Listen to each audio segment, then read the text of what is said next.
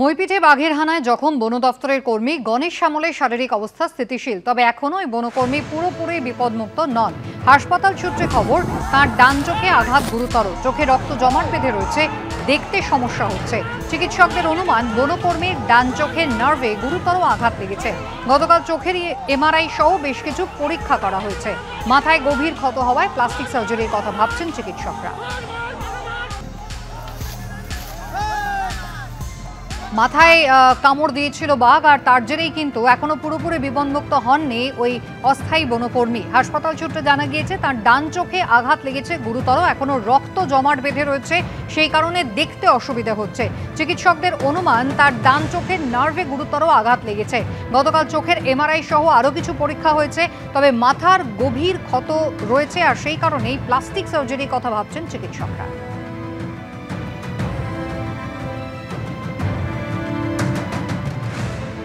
অবশেষে মইপিঠে খাঁচাবন্দি হলো বাঘ। ছাগলের টোপ দিয়ে রাতে বন দফতরের ফাঁদে পা দেয় রয়্যাল বেঙ্গল টাইগার।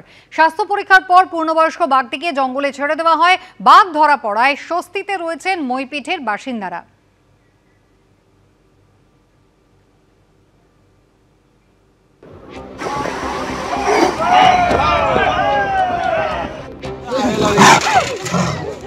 দুদিন ধরে কার্যত লোকালয়ে দাপিয়ে বেরিয়ে বনকর্মীকে জখম করে অবশেষে ধরা পড়ল মইপিঠের রয়্যাল বেঙ্গল।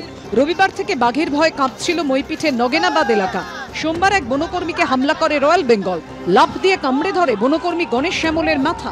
কার্যত বাঘে মানুষের লড়াই চলে। অন্য বনকর্মীরা তাদের সঙ্গীকে বাঘের মুখ থেকে ছাড়িয়ে আনেন। এরপর থেকে চাষের খেতে লুকিয়েছিল রয়্যাল বেঙ্গল। বাঘ ধরতে পাতা হয় খাঁচা, দেওয়া হয় ছাগলের টোপ।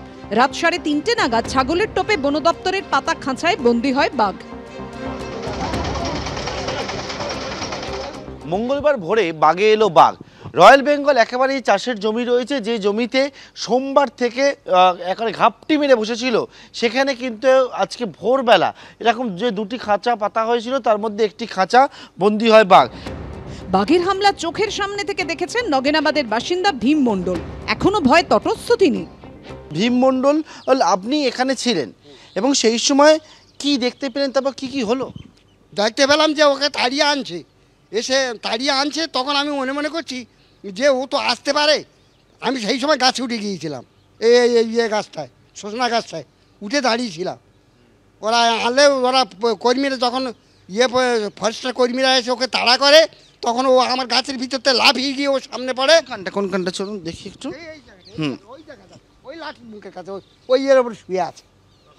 হ্যাঁ, এক লাফে এসে এখানে পড়েছে। হামলার পর চাষের খেতে ঘুরে বেড়াচ্ছিল বাঘ। লাঠি হাতে তাকে তাড়া করেন গ্রামবাসীরা। বাঘ তো আমি তো বাঘের পিছনে ছুটছিলাম। বাঘ ছিল ওই 15 আগে, আর আমি ছিলাম সামনে।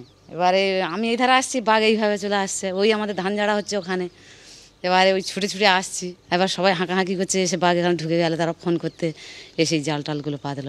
এভাবে বাঘে মানুষে থাকা তো ঠিক না, বারে হানা দিচ্ছে, আমরা তারা আতঙ্কিত থাকতে হচ্ছে আমাদেরকে।